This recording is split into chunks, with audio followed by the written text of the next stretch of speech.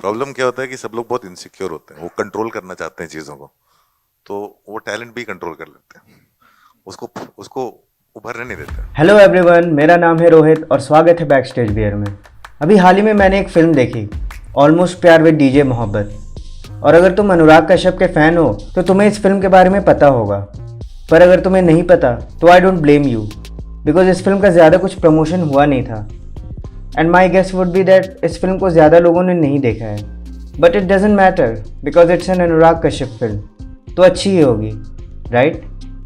देखिए, नाम तो है ऑलमोस्ट प्यार विद डीजे मोहब्बत और करीब 2 घंटे बाद दुर्भाग्य से मुझे कहना पड़ रहा है I am feeling almost dead, क्योंकि फिल्म बिल्कुल ही मैं कहूँगा अच्छी नहीं है। कि फिल्म की कहानी है ना, पता ही नहीं चल पाती है आधे घंटे में।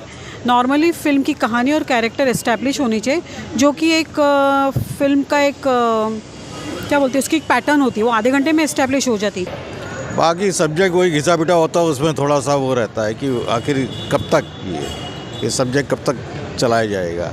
पैसा वसूल है या नहीं? नहीं, बिल्कुल नहीं। पैसा वसूल नहीं है। मेजॉरिटी ऑफ लोगों को फिल्म अच्छी नहीं लगी, and why is that? So the film is about two couples which we see in two parallel narratives, one in Dalhousie and one in London. दोनों कपल्स में कोई कनेक्शन नहीं है except DJ Mohabbat. Film modern love के बारे में है, जहां दो यंग कपल्स प्यार के नाम पे गलत डिसीजंस लेते हैं, जिसकी कॉन्सिक्वेंसेज उन्हें झेलनी पड़ती हैं। फिल्म में तुम्हें अनुराग कश्यप का टच दिख जाएगा, you can identify that it is his film, but तुम सेटिस्फाई नहीं होगे। तुम्हें उतना मज़ा नहीं आएगा जितना उनकी बाकी फिल्मों में आया था। एंड नॉट जस्ट दिस, उनकी आखिरी कुछ फिल्में देख लो, ये अच्छी होने के बावजूद भी तुमसे उतना रेजोनेट नहीं कर पाएंगी। ऐसा क्यों भाई?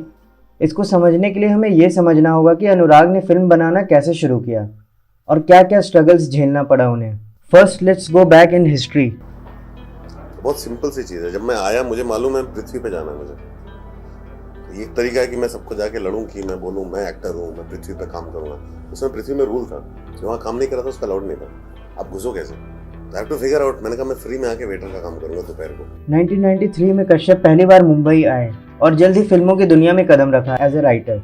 98 में सत्या, 99 में शूल, 2000 में जंग, 2001 में नायक।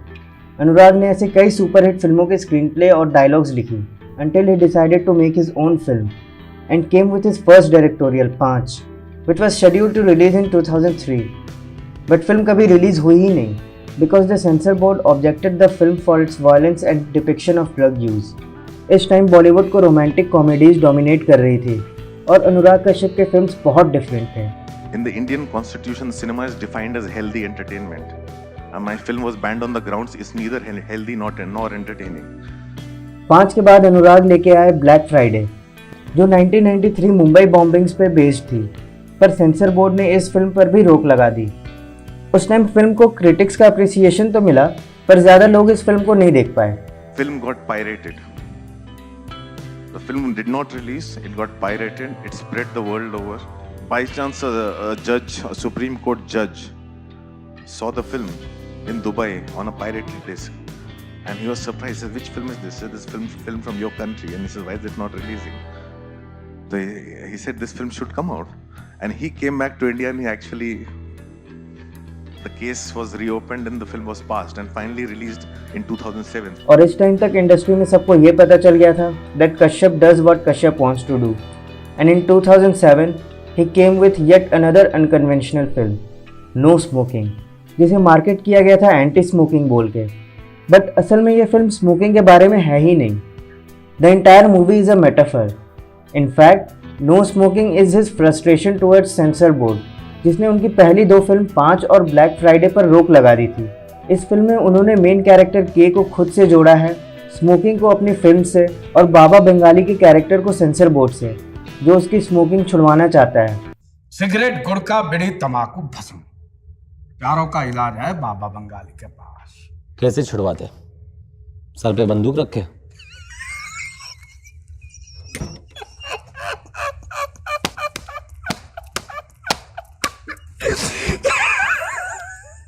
Kashyap wanted to get his frustrations out with this film, but again लोगों ने इस फिल्म को रिजेक्ट कर दिया। Of course today it is appreciated, but back then किसी को ये फिल्म समझ नहीं आई और बॉक्स ऑफिस पे फ्लॉप रही। Anurag wasn't thrilled with how his films were treated. So, he decided to start blogging about his frustrations of making films in Bollywood. And suddenly I found an outlet where I started just letting out everything. I started letting out everything, my angst against the system, about the industry, everyone. And that blog, which was called Passion for Cinema, it doesn't exist anymore, but all those, if you go search for it, you might find articles.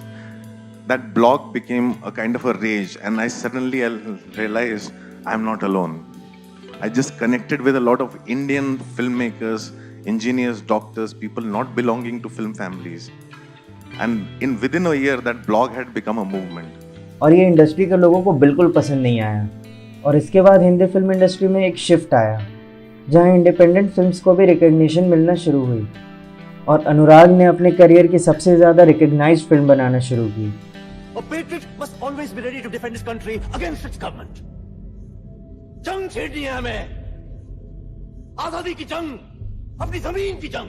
But अभी वो household name नहीं बने थे. was just making movies he liked, including the mainstream like Devdi and quote-unquote art house films like That Girl in a Yellow Boot and even animated films. फिर 2012 में वो एक ऐसा फिल्म लेके आए जिसने उनके लिए सब कुछ बदल दिया. ना सिर्फ उनके लिए बट सारे एक्टर्स जो उस फिल्म में इन्वॉल्व थे उनके लिए भी. And that film was gangs of Wasseypur. इसका इम्पैक्ट कितना है उसके बारे में तो तुम सबको पता ही होगा. हमारे हिंदुस्तान की चंद ऐसी फिल्में हैं जिनमें से मैं कहूंगा कि लेटेस्ट जो गैंग्स ऑफ वासेपुर है, अगर कोई फिल्म मेकिंग में आना चाहता है उसको ध्यान से देख ले और उसके पीछे की कहानियों की रिसर्च कर ले तो वो अपने आप में एक यूनिवर्सिटी है. इस फिल्म के बाद ही रॉ एंड रियल स्टोरीज फिल्में ज़्यादा बनने लगी and it started a new phase in film industry. और इसके बाद कश्यप को अपॉर्चुनिटी मिली अपने हिसाब से फिल्म बनाने की. And in between he made films like अगली. सर ये एक्टर है ना, उसको बोलने दे, तू बीच में मत बोल. सर एक्टर लोग ऐसा करते हैं, मतलब क्या?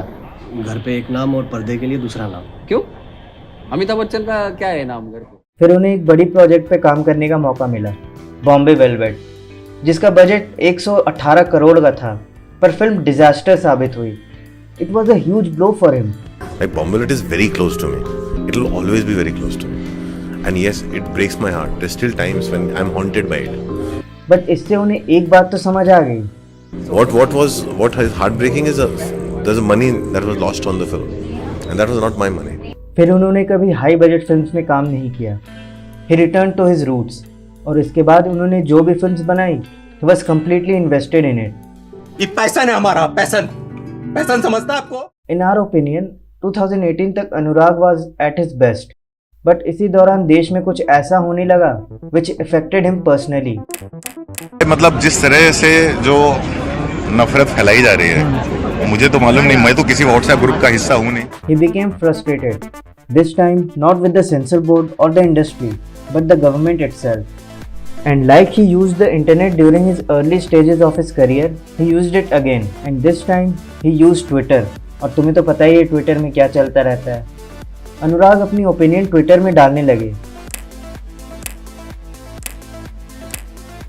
And he pissed a lot of people off, like he pissed the industry off while blogging.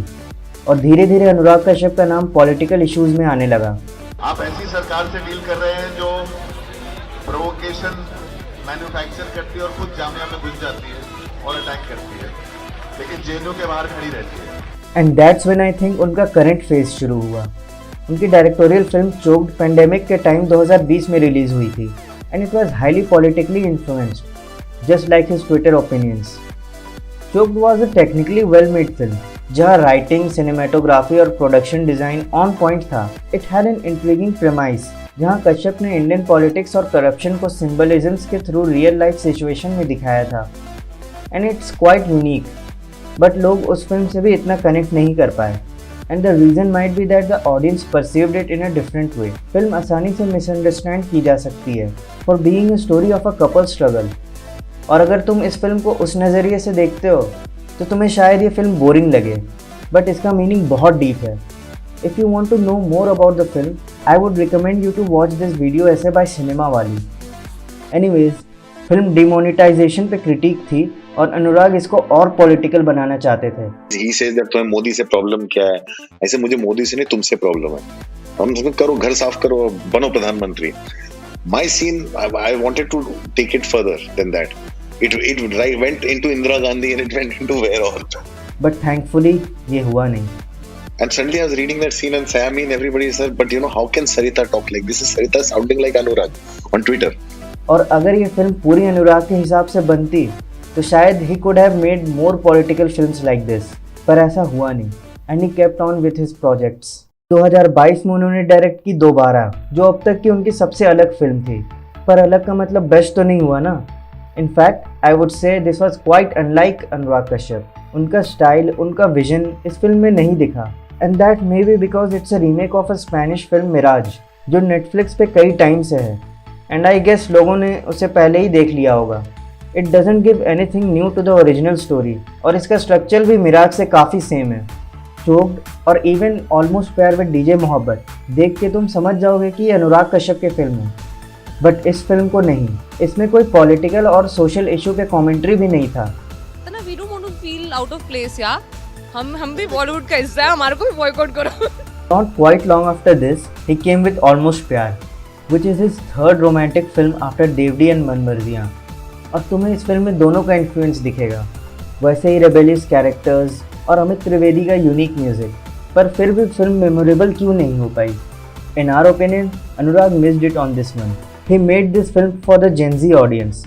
और हाँ, वो वाइब्स तुम्हें मिल जाएगी इस फिल्म में. But after watching the film, I was thinking, क्या Gen Z सच में इतने डम होते हैं?